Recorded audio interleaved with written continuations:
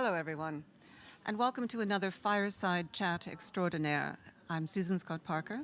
I'm with Disability International, and I'm a strategic advisor to the ILO's Global Business and Disability Network.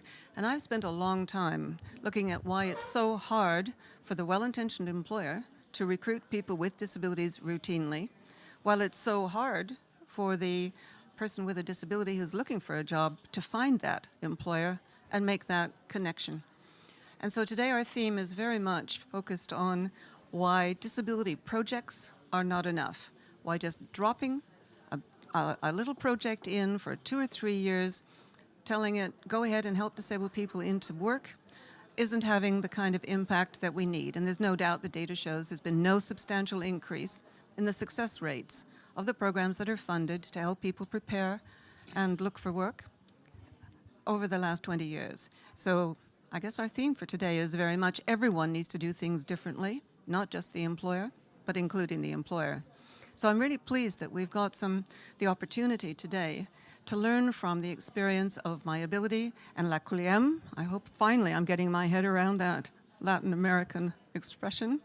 And to look in some detail at what it means to shape job markets rather than drop job boards into the middle of a job market and wonder why it's not having the impact that anybody would hope for. So I'm going to start by asking my guests to introduce themselves. So I'm starting with Wolfgang. Wolfgang, who are you? What's myAbility? And what gives you the right to talk about this? What have you guys been doing over the last 10 years? Thank you for the invitation. Very happy to be here. My name is Wolfgang Kowatsch. I'm co-founder of myAbility, and myAbility wants to support organizations, employers to become disability confident, and we do it in different ways. The story goes back to a personal happening. I was managing director of an online job board, which was a mainstream one, when I got a phone call of a client, and this client was called Gregor, and he said, Wolfgang, thank you so much. We hired a person with a disability over a platform. And I was kind of surprised. First, that someone calls to say thank you, and second, that we had a great conversation afterwards. And some month later, we launched a job board for people with disabilities. And as Susan said in her statement at the beginning, some years later, we found out that it's not enough. So from publicly funded job board, which was great to start, I need to say, the support. We made something bigger out of it because we saw that there are many more relevant aspects in order to make these processes more efficient and work. We founded myAbility in 2014, so it's almost 10 years. Not as Gabriel. I think you will have the birthday this year. What we do is, next to running a quite successful job board, by the way, in Austria, Germany, and Switzerland, we also implemented additional services for the companies, because we think it's very important to get companies on board. First, that they commit. Second, that they use the tools that work. And third, that it keeps working. You know, that's the last part is especially important. As you said, if it's only a 1 or 2 years initiative, then very often things don't work out properly, and then the thing is over. So to explain it in other words, we have 4 pillars. The first one is, as I said, a job board and a recruiting support. We also run a talent program where we connect. What's the scale of the job board? You were telling me how many candidates are approaching it. At the moment, we have more than 5,000 job offerings online from many different companies in the German-speaking area, and we have more than 20,000 unique users, most of them with disabilities, on our site every month. So it's quite a volume. So why wasn't that good enough? Sounds pretty good. Because it's not only about sourcing. It's not only about getting more registrations as a company. It starts much earlier. It starts with, are we ready? It starts with, how can we communicate our options and our brand to certain target groups? Do we do this in an accessible way? What happens when there is job interviews? How can we select the best one? How do we recruit without discriminating? How do we onboard properly? How do we make teams work that are diverse? How do we maintain motivation and efficiency with diverse teams? how do we develop talents. So just a very quick intuitive answer. The value chain is much longer, and the job board is, I think, a very important part of it. And it's a lot of passion from my side going into that, but it's only part. And just to finish my explication from before, next to that we do consultancy, mainly in recruiting, but also in strategy and other areas, and accessibility.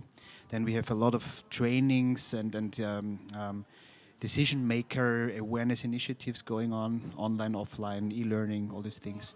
And the fourth and last pillar is the network. We talked about it before. We also try to connect our contacts, our clients, our network with each other, so that they learn from each other, that there's peer learning, that they do not need to run the empty mile, and we help to be efficient there. So that's a bit the story. At the moment we have 40 employees, half of them with a disability, so we have been growing quite strongly the last few years, but it's hard work, it's a lot of passion, it's a lot of dedication, but it pays off. Well, having watched you for years, I'm struck by how the phrase social enterprise, you work really hard on both fronts. That if this is adding value to a business, they should jolly well pay like they would pay for any other contribution to their business success, but a strong social focus. May I add something to that, because it's a very important question. I think one of our key factors is that we are a company ourselves. Like, we do not do anything else. We do need income, we do need to create value, we do need to hit the quality expectations of our customers. And only like that we can understand how companies work, how organizations work, how processes go, and how can they be improved. And this kind of logic behind it is very important. But at the same time, and this is the social part, we do everything, and our passion goes where more accessibility, more fairness, more disabled people go into the market, labor market goes. That's the other part of it. Well, it's been very interesting seeing how you start in Austria, but it's clear that you're going to be bringing employers together across the German-speaking region to have a completely new approach to this, which is great.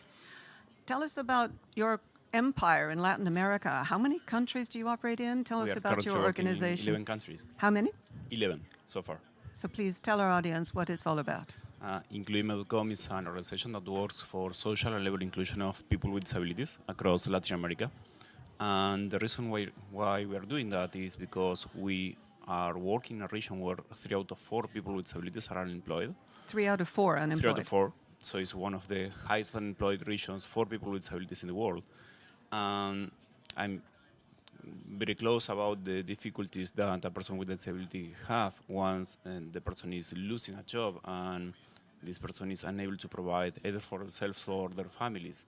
So back in 2013, this year we are celebrating our 10th year's birthday, we started digging about what was causing those problems, and we found out that every time a person with a disability arrived to an interview, they were getting off because of their disability. I mean, the interviewer was afraid about how to ask, about what the person can do and what cannot, and also afraid to ask about, okay, do you have a disability? Do you need any reasonable accommodations? So, in a nutshell, the resume was taking the person to the interview, but the disability was rejecting the person to the job.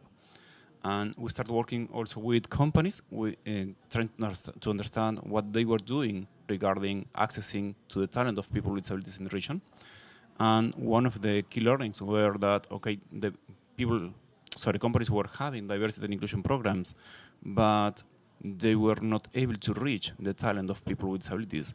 So, in one hand, we were having a lot of unemployed people trying to get a job, and on the other hand, we were having companies willing to hire, but they were not connected with each other. So we did the obvious. I mean, I come with that technological background, so we say, okay, let's connect them using an online platform.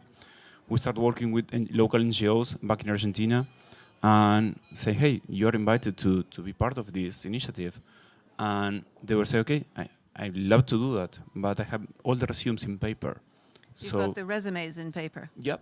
So when we start looking for databases, they say, okay, that's it. That's my database. So we start digitalizing all these resumes and try to make people visible and actionable for NGOs as well to say, hey, I do have people here.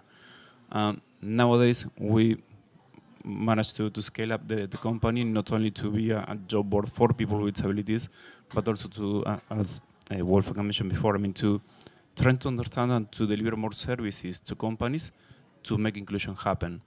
And that for us, it means to start working with a diagnosis of the company, to understand where the company is, and to work based on data, not on perceptions, which is huge in several cases, because companies sometimes they say, okay, I do think I'm like this, but in the reality, data is showing up that, okay, you already have employees with disabilities.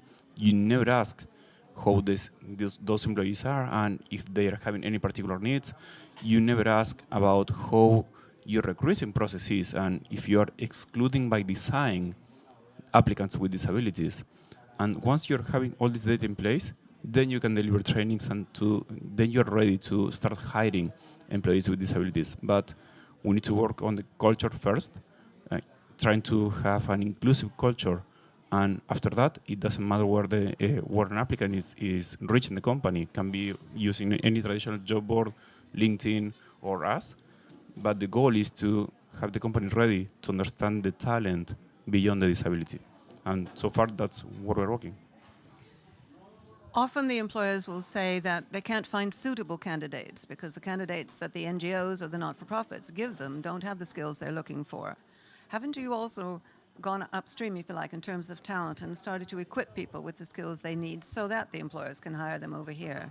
Can you tell us a bit about what you're doing? Sure, and that's absolutely true. I mean, when you understand what's the situation about people with disabilities in the region, you find out that having a disability is a ticket for unemployment, and it's also very hard for the person to have the right skills that companies are looking for. And one example of that are tech skills, where if you are a software developer and if you are able to speak English, you are having higher chances to have a job rather than if you are not having those skills. Unfortunately, our ecosystem is, I would say, excluding people because transportation is not accessible, education schools are not accessible, and also online classes are not accessible for several people. So what we did was to start to run a pilot back in 2020 with 40 people with disabilities and train them as software developers. And the employability rate was plus 80%. So we say, hey, if you give the right skills to people desperately in need to acquire those skills, and you help these people also to prepare a good resume and to prepare also these people with the skills needed for to have a good interview, then this connection happens. And it's not about only to say, okay, we need to train. It's also, we need to support a person who has been out of the market for a long time. So you need to say, okay, you need to be prepared for people having interviewing you and how to respond to different questions coming from different angles. So after that, after this year, we managed to train 3,000 people with disabilities in tech, and we keep going and we keep training. Are you still getting that 80% into jobs result? Well, we are training a lot so far, so this rate is decreasing because we are still training people now, and until they are finished their trainings, it's going to take time for the employment, but we hope to have this rate as well. I asked about the rate because all too often the system has projects which train disabled people, but they're measured by how many they trained. They don't even track how many actually got jobs because they argue, well, we're not funded to do the tracking, or because as far as they're concerned, it's the training that matters, where actually all of us are saying it's the jobs, the economic empowerment that matters at the end.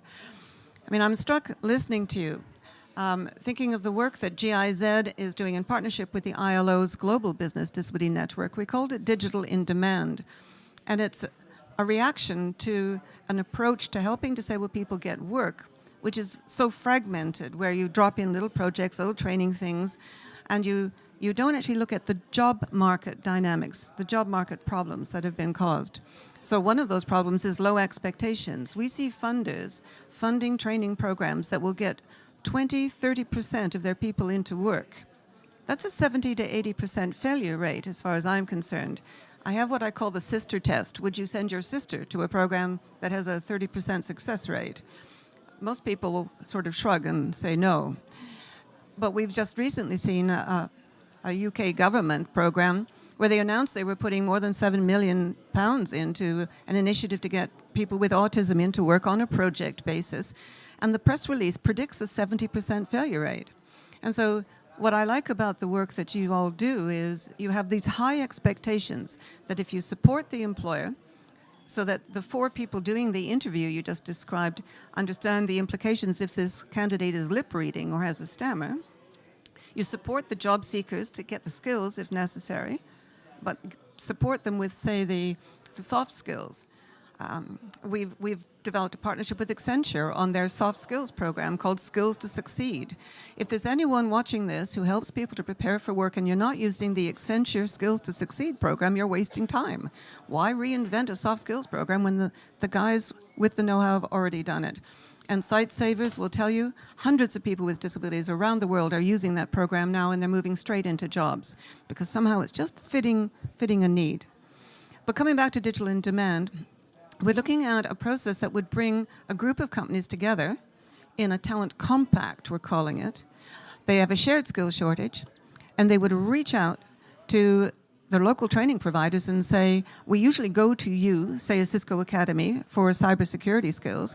Why don't you bring more disabled people in so that we can access disabled candidates with your certification in cybersecurity? And so GIZ has been funding the pioneering academies in Nairobi and now in South Africa, where while it is a specialist program for disabled people, it's geared to address job market failures like those low expectations, like it costs too much, and since disabled people are more likely to be the poorest, they are excluded from even inaccessible online training programs because they can't afford them. And they're now getting more than 90% of the disabled students that come through these academies into paid internships and jobs. 90%.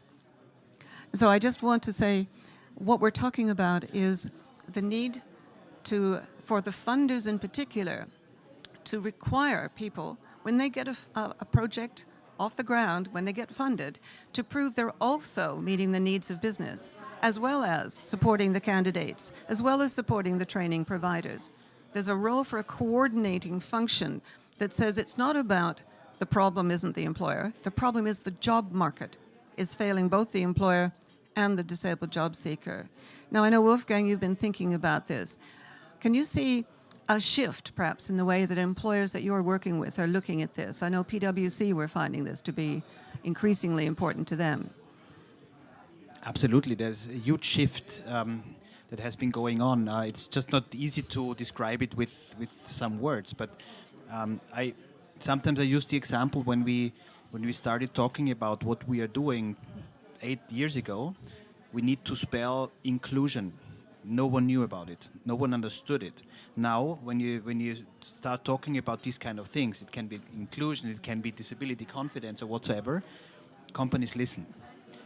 In many occasions, they also have someone in place, especially with bigger organizations, that takes care about DEI or disability or accessibility. So from that point of view, it's much easier to communicate what we think needs to be done. This is a big shift. This is the first Excellent. one. And the second shift, when we talk a bit more about labor markets, the second dynamics or shift is also the desperate need for talent that is going on now. It's nothing new. We don't need to discuss this very long. But it's very obvious that in many regions in the world, I think also in Latin America, there's lack of tech guys, there's lack of specialists for many, many things. And also because of that, companies start thinking, what else can we do? It's not only about migration, it's not only about age, it's not only about qualification, it's also about target groups. In our case, people with disabilities. So this helps a lot as well.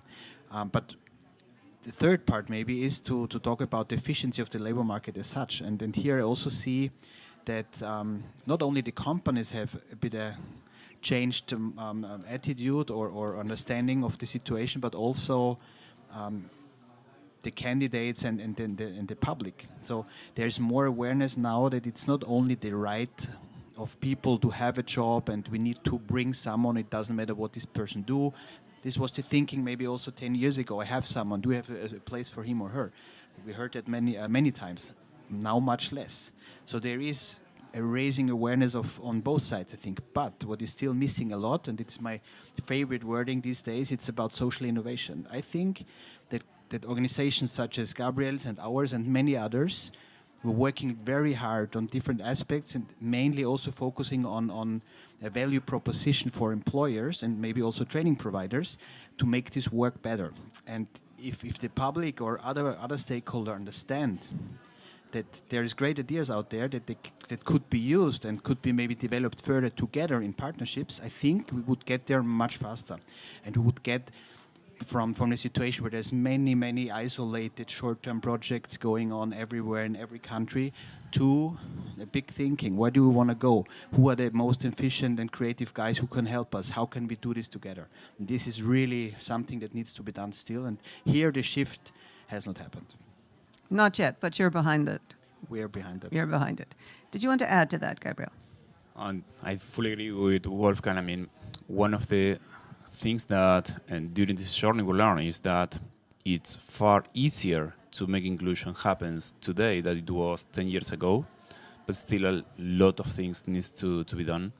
And one thing to your point on, okay, we do have people now in companies working on, okay, I'm in charge of make this happen, but sometimes in my region, people are just having good intentions and no money to do that.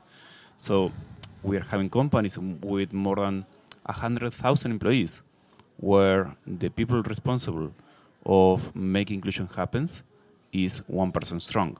Yeah. With no funding. So that's why I want to talk to the Chief Technology Officer. So we need to help this person who has the intentions and the willingness to make this happen to say, okay, this is making sense on a market perspective and a business side perspective. And the goal is to say, okay, if I invest money in that, what I'm getting, and the ROI of the investment of saying, hey, is it a payoff to do that or not? Right. And we need to shift from the vision of saying, okay, this is a charity approach where, okay, I'm doing good stuff and just giving money to vulnerable populations, to say, okay, this is part of my business to be part of the society, and I can have a benefit of talent and also of better serving solutions to my community. And for me, it links to the message that they're driving business improvement, which also benefits people with disabilities. Because if you learn how to recruit everyone on the basis of what they can do, not get distracted by stuff that's irrelevant, like being a cranky Canadian woman, you're a better recruiter of everyone. And if you give everyone the tools they need, including your disabled colleagues, you're enhancing productivity across the piece, business improvement. But I wanted to come in quickly on the shift, because we are seeing, as companies look at job markets and say, why is it so hard for us to attract talent? They're starting to invest in terms of the ESG or the CSR agenda in new ways. So HSBC, working with Cisco, is sponsoring an e-learning package that would help a Salesforce digital trainer, Cisco, whatever company you're looking at, to also teach people with disabilities. So we move away from the segregated programs that are divorced from business reality. They're not connecting to the talent pipelines. And you'll see that the self-assessment tool, the benchmark that the ILO's Global Business Disability Network just launched in December, free on their website, 47 questions. There's a bunch of questions moving from, are you treating people properly, the equality stuff and the culture stuff and the customer stuff. There's about allyship and how companies can be encouraged now to invest in their job markets in ways which make it easier for people to get the skills so that all the employers on that patch can access disabled talent more readily. I'm very encouraged by it. And by Cisco, for example, the Cisco Academy program, publicly saying that disability now is going to be a real priority because they see this as extending the reach and the return on investment they're already making in their thousands of academies around the world, with more than 3.1 million people learning now the skills they're going to need in order to fill those in-demand vacancies. So I'm encouraged, and I think we're seeing in the developing countries interesting examples of corporate citizenship where everybody's winning. Did you see that Pizza Hut in Sri Lanka recruited and employed people with disabilities, discovered actually it made perfect sense, and are now investing in a partnership with a foundation and the government to create they're building from scratch a training center that will teach people with disabilities the skills they need to work in the fast food industry across Sri Lanka. So that's a really good example of Pizza Hut wins because they have a steady stream of people coming to them that add value to the business, but so does the local economy and the local job market. So for me, the point of this whole session was projects are not enough. So I'm hoping some funders are watching. You're going to attract applicants who want your money so that they can help disabled people into work, and you're going to say, how are you supporting employers? How are you supporting the mainstream training providers? What are you learning from what the social entrepreneurs are doing now that's innovative in this space, like training thousands of people so that they can come onto your job board instead of just putting in a job board? And what you're hearing is my personal frustration. I am fed up with job boards being the solution. They just are not. So if you're tempted to fund a job board and then let it sit there, please don't do it.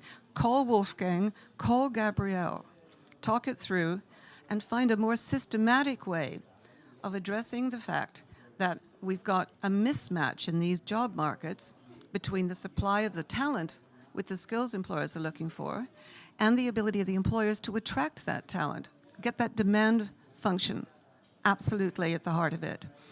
So that's what I wanted to do. Is there anything else that you wanted to add in terms of why you were joining me today on this fireside chat? I've had my rant. Have you got a rant that you'd like to add? Just to your point, I mean, inclusion of people with disabilities in the workplace is only the first step.